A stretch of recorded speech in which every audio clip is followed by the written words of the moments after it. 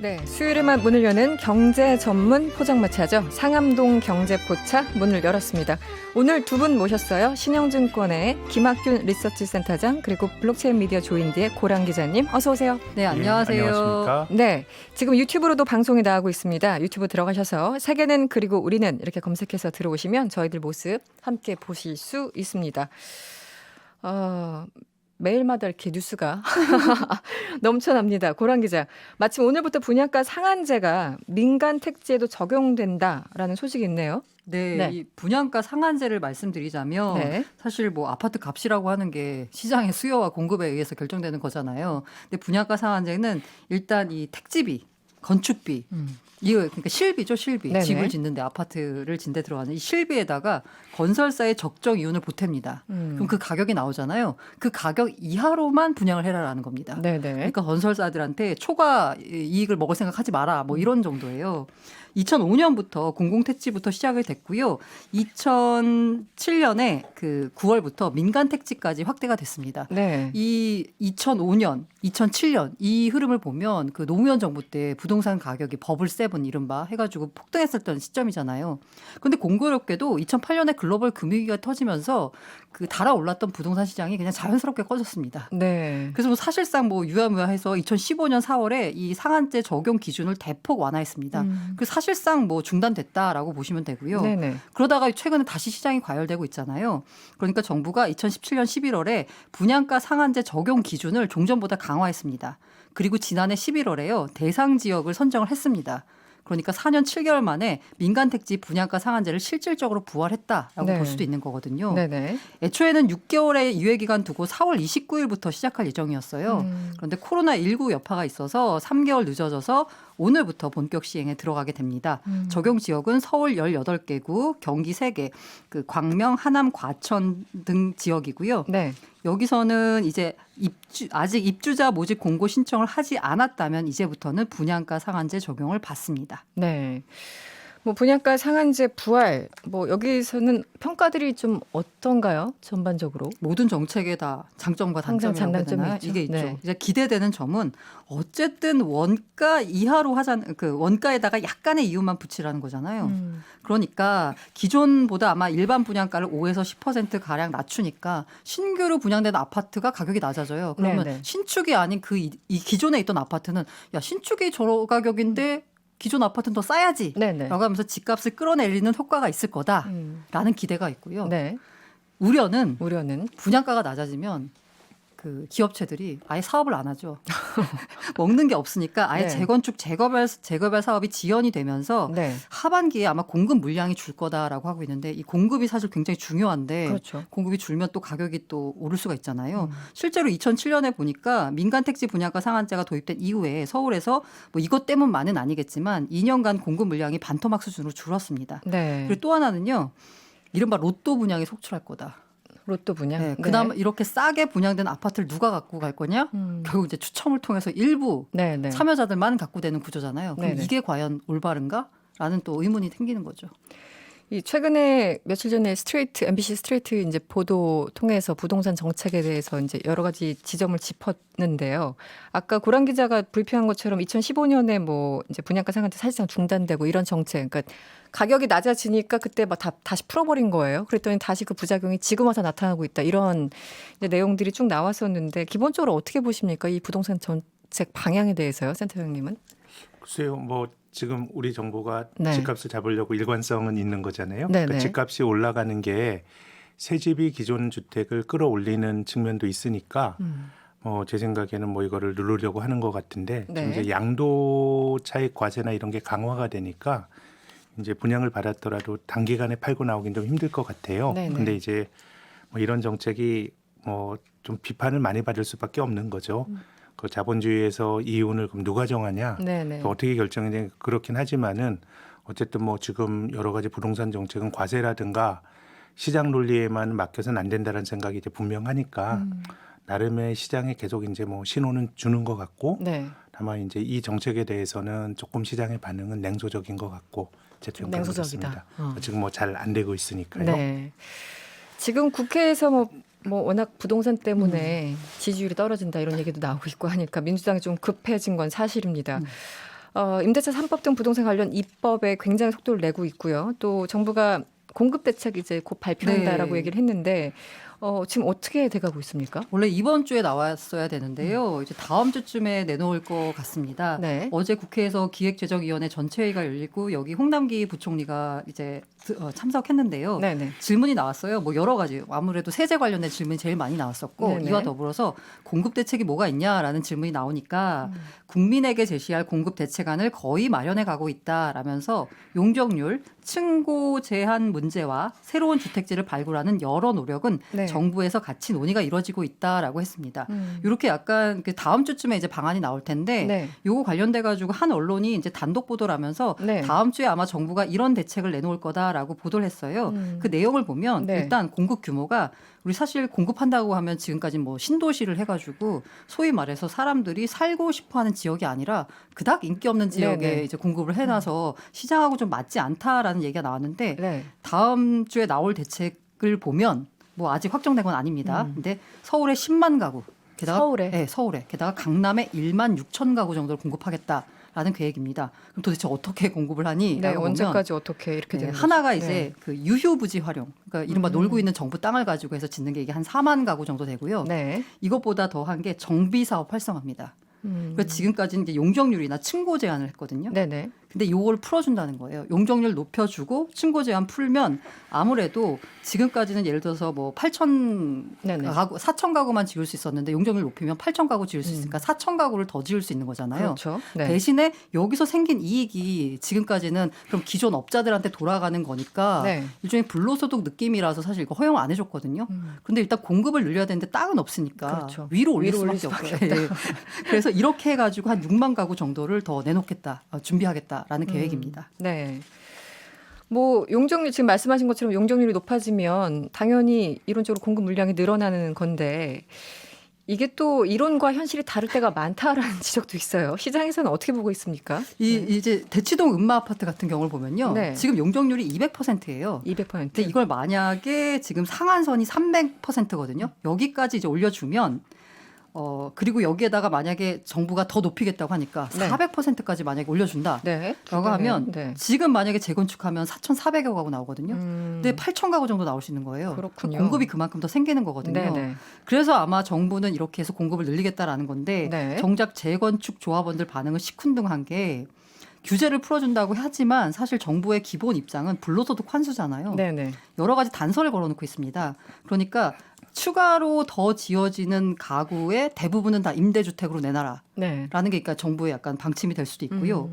아니면은 재건축 초과이익 환수제 네네. 같은 거 시행하고 분양가 상한제 이런 걸 하다 보니까 굳이 용적률을 높여주면서 인센티브를 준다고 해봐야 내 손에 떨어지는 게 없다라는 게 지금 재건축 조합원들의 반응이라고 합니다. 어차피 세금으로 다 걷어갈 네, 맞습니다. 테니까 네. 장사할 맛 안 난다 이런 거네요. 그렇죠. 네.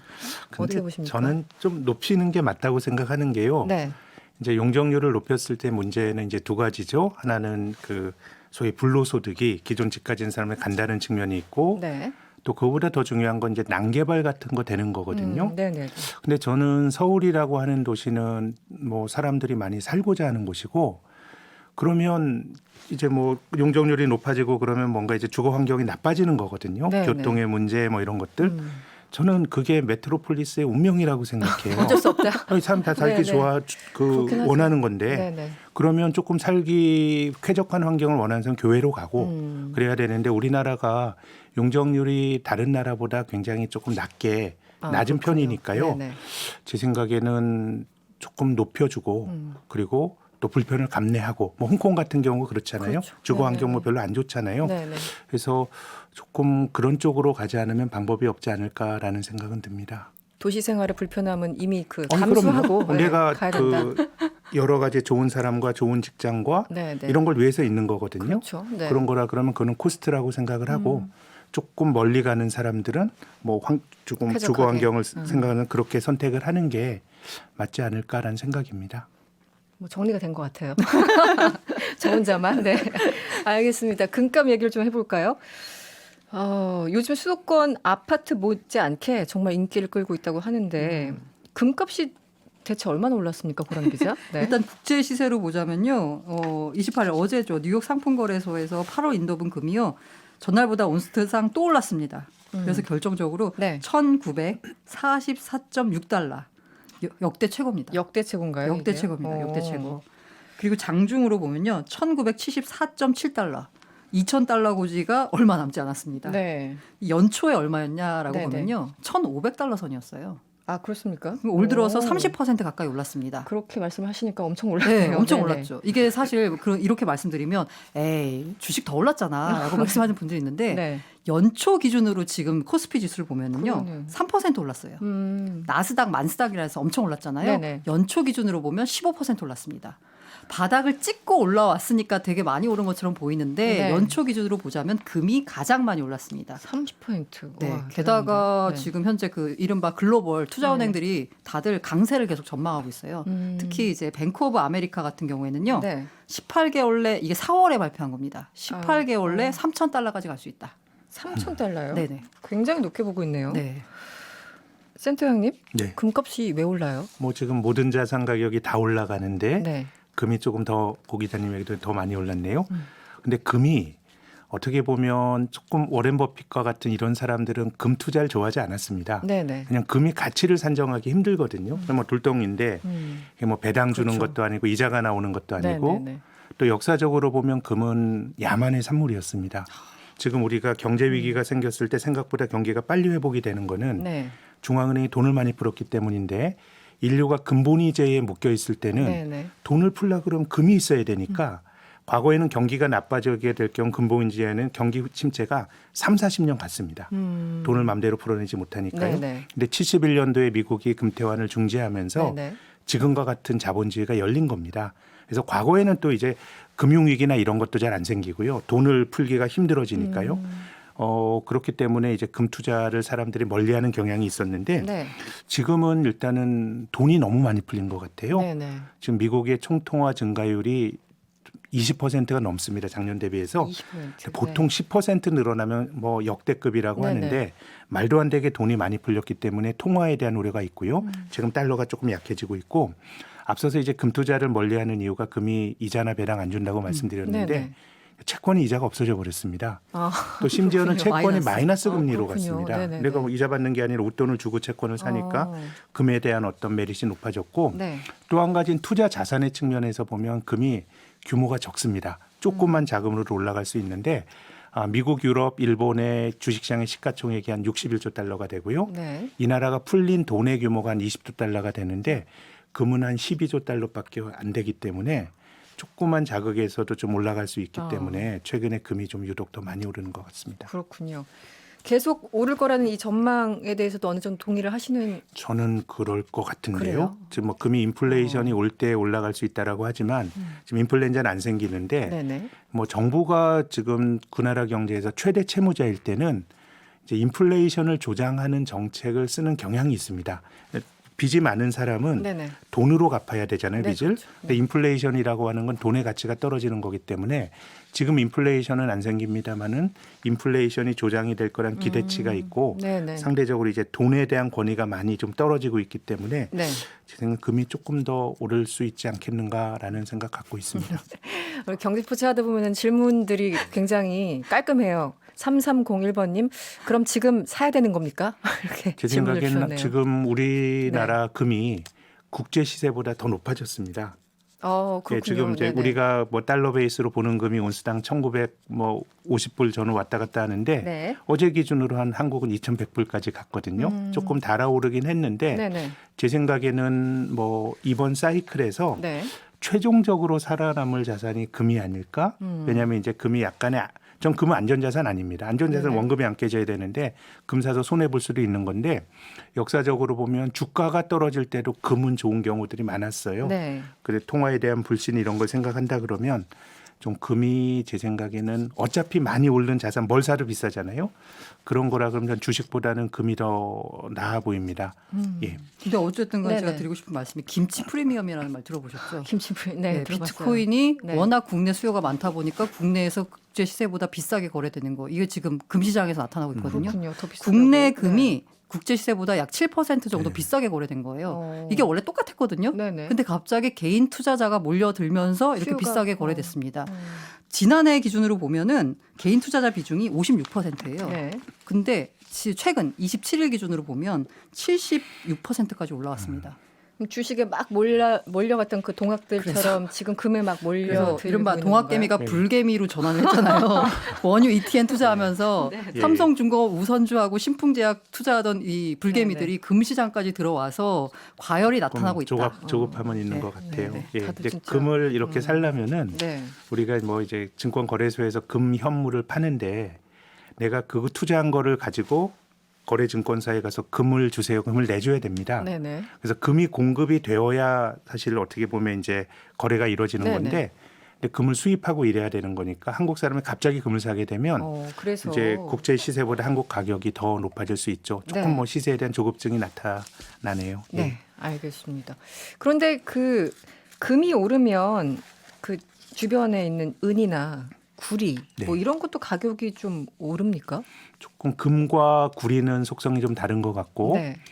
제 생각에 은은 금의 짝퉁이라고 생각합니다. 금의 짝퉁. 예, 네. 금보다 조금 이제 사람들의 선호가 떨어지는 광물이다 보니 네. 금과 은의 어떤 비율에 따라서 가격이 결정이 되는데 최근에 은도 많이 올랐습니다. 더 올랐죠. 예, 근데 지금 금은 2011년에 금이 고점을 찍었을 때 온스당 1,800불이었습니다. 근데 지금 이게 1,900불, 2,000불 가까이 갔는데 네. 은은 가장 비쌌을 때가 37달러인데 네. 온스당 지금은 24달러니까 조금 은이 이제 최근엔 네. 많이 올랐지만 네네. 역사적으로 보면 금은 비율로 보면은 여전히 은이 못 오른 겁니다. 역사적 고점을 못 넘겼으니까 그러니까 주도적으로 움직이는 건 금이고 그 괴리가 벌어지면 은이 움직이는 거니까 네. 조금 이제 은은 금의 종속이 되는 거 아닌가 이런 생각을 갖고 있고요.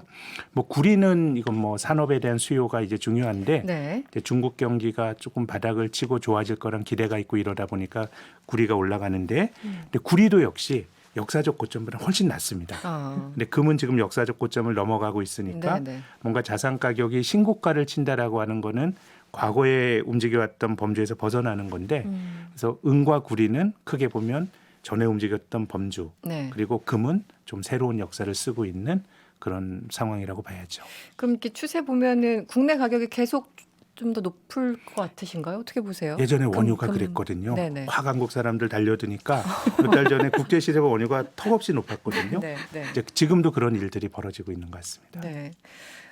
말씀 듣다가 2910번님이 문자 주셨어요. 이게 눈물 없이 들을 수 없는 이런 얘기 나올 때마다 외환위기 때 그러니까 97년, 98년 이때 얘기하시나 봐요. 내놓은 제 금부치들 아직도 눈앞에 아른거립니다. 그때 정말 네. 장에 그렇죠. 있었던 온갖 금반지들 다 내놓으셨죠. 그리고 저는 진짜. 외환위기가 아니라 애국자들. 사회 초년생 때 네. 이제 네네. 친구들 돌잔치 하면은 맞아요.